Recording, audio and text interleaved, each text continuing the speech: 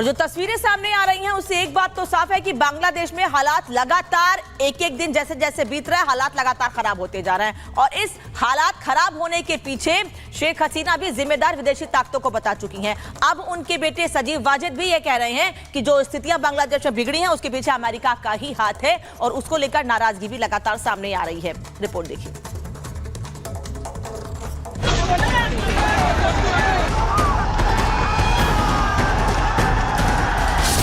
बांग्लादेश से रोज बर्बादी की नई तस्वीरें सामने आ रही है। कभी कट्टरता के नाम पर तो कभी आंदोलन के नाम पर लोगों की हत्या हो रही है। लोग सड़कों पर उतरकर विरोध कर रहे हैं। अल्पसंख्यकों के घरों में आग लगाई जा रही है। लेकिन सोचने वाली बात है कि विकास की पटरी पर आगे बढ़ रहा बांग्लादेश डिरेल कैसे हो गया? कैसे वहां इतनी अशांति फैल गई? क्यों आखिर इतने लंबे समय तक बांग्लादेश की सत्ता की बागडोर संभाल रही शेख हसीना को अपना ही देश ऐसे छोड़ने पर मजबूर होना पड़ा? वैसे तो बांग्लादेश के इन हालातों पर कई सवाल खड़े हो रहे हैं, लेकिन जानकार ये दावा भी कर रहे हैं कि आरक्षण पर आंदोलन से लेकर तख्ता पलट के पीछे कई विदेशी ताकतों का हाथ है। कई देश हैं जिन्होंने बांग्लादेश में स्थिति बिगाड़कर अपना उल्लू सीधा करने की कोशिश की। और माना यह जा रहा है कि जो देश लोकतंत्र के रक्षक होने का दावा करते हैं वही देश अपने हितों के लिए दूसरे देशों में हालात बिगाड़कर लोकतंत्र के भक्षक बन रहे हैं। हालांकि कुछ ऐसा ही मानना है शेख हसीना के बेटे सजीव वाजिद का, जिन्होंने बांग्लादेश की बगावत के पीछे अमेरिकी गेम का दावा किया। अमेरिका की मंशा का अंदाजा इस बात से भी लगाया जा सकता है कि जहां जहां अमेरिका निवेश करता है वो देश थोड़े समय बाद खुद ही अस्थिर हो जाता है।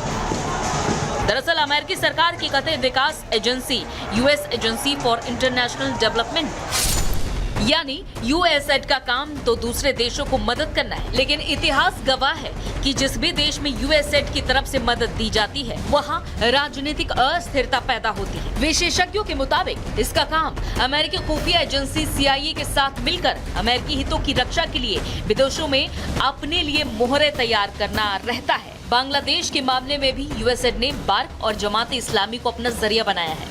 गौर करने वाली बात यह है कि बांग्लादेश में हुए विरोध प्रदर्शन में बार्क यूनिवर्सिटी केंद्र में रही है, जिसको पिछले कुछ दिनों में ही अमेरिका से करीब $20 करोड़ की मदद मिली है। बांग्लादेश ही नहीं, दक्षिण एशिया के कई देशों को लेकर सुपर पावर का रुख ऐसा ही रहा है, जहां पहले तो लोकतंत्र के नाम पर घुसा जाता है और फिर उन देशों को अस्थिर करने का काम किया जाता है। पाकिस्तान, अफगानिस्तान, बर्मा इसका उदाहरण है। अफगानिस्तान में तो अमेरिका ने 20 साल तक अपनी फौज के जरिए दखल रखा। लाखों सैनिकों को अफगान धरती पर भेजकर अमेरिका ने जंग जारी रखी। लेकिन जिस तालिबान को उखाड़ फेंकने के लिए अमेरिकी राष्ट्रपति जॉर्ज बुश ने अपनी ताकत झोंक दी थी, 2020 में उसी अमेरिका के राष्ट्रपति डोनाल्ड ट्रंप ने तालिबान से समझौता कर लिया। हैरत की बात तो यह है कि इस शांति वार्ता में अफगान सरकार शामिल ही नहीं थी। इसका नतीजा हुआ कि अमेरिकी सेना लौटने के बाद तालिबान पूरी तरह से मैदान में आ गया। एक तरफ जहां अमेरिका दक्षिण एशिया के देशों को हिलाने का काम कर रहा है, तो वहीं दूसरी तरफ ऑर्गेनाइजेशन ऑफ इस्लामिक कोऑपरेशन भी सिलेक्टिव एक्शन लेते दिख रही है। इजराइल ईरान युद्ध पर तो बात हो रही है, लेकिन बांग्लादेश में बिगड़े हालात पर कोई भी चर्चा करने को तैयार ही नहीं है। बांग्लादेश के मुद्दे पर सबने चुप्पी साध रखी है, जिससे इनकी मंशा साफ दिखाई दे रही है। हालांकि अब देखना होगा कि कब तक बांग्लादेश में हालात सामान्य होते हैं। Bureau report, Republic Bharat. तो देखिए, एक तरफ बांग्लादेश में हालात बेकाबू हो गए हैं, लेकिन दूसरी तरफ भारत में लगातार अब बांग्लादेश की स्थिति को लेकर भारत में भड़काऊ बयान दिए जा रहे हैं। कांग्रेस नेता विवादित बयान दिया है और ये कहा गया है कि बांग्लादेश जैसे हालात भारत में भी हैं, भारत का सिस्टम इसे रोक रहा है। ये कहा गया सलमान खुर्शीद की तरफ से। ना सिर्फ सलमान खुर्शीद, यानी कि कल देखिए संजय राउत की तरफ से भी विवादित बयान दिया गया था। शेख हसीना को तानाशाह बता दिया गया था।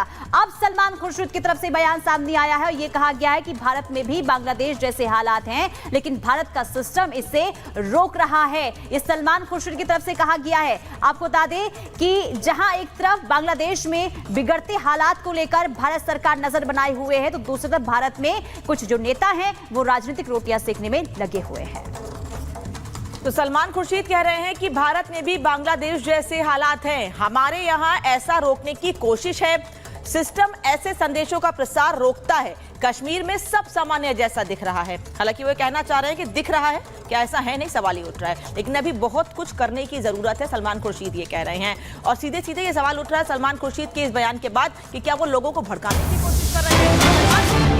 पर भारतीय जनता पार्टी ने भी तीखी प्रतिक्रिया दी है। सलमान खुर्शीद जिस तरह से बयान दे रहे हैं उस पर बीजेपी ने नाराजगी जाहिर की और कह रहे हैं कि लोगों को भड़काने की कोशिश कर रहे हैं। शहजाद पूनावाला ये कह रहे हैं कि कांग्रेस लोगों को भड़काने की कोशिश कर रही है, भारत में भी उपद्रव फैलाने की साजिश की जा रही है। शहजाद पूनावाला कह रहे हैं, सुनिए। कांग्रेस के कुछ नेता, सलमान खुर्शीद जैसे नेता कहते हैं कि जो बांग्लादेश में हुआ वो भारत में भी हो सकता है। ये एक लौते ऐसे नेता नहीं है। संजय राउत हो, महबूबा मुफ्ती की बेटी हो, ये अनेकों प्रकार के लोग चाह रहे हैं कि भारत में भी वही हो जो बांग्लादेश में हुआ। पर सवाल ये पैदा होता है कि मोदी विरोध में उतरते उतरते क्या भारत और भारत की संस्थाओं के विरोध में उतरना जरूरी है? क्या भारत की लोकतांत्रिक संस्थाएं इतनी कमजोर हैं? क्या भारत में चुनाव जो हुए अब उस पर फिर से सवाल उठाए जाएंगे? या भारत की सेना जिसने कभी भी राजनीति में हस्तक्षेप नहीं किया है, क्या भारत की सेना के प्रति भी कुछ सवाल खड़े किए जा रहे हैं?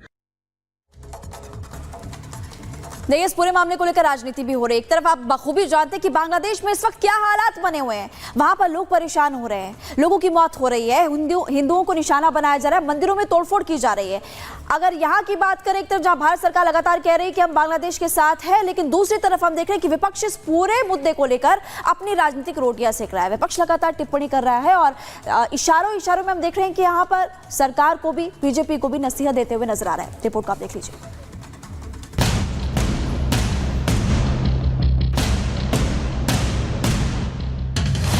ये लेसन है न सिर्फ बांग्लादेश के लिए बल्कि हर एक डिक्टेटर के लिए। जो बांग्लादेश में हुआ है उससे हमारे देश के जो सत्ताधारी है कुछ सबक ले।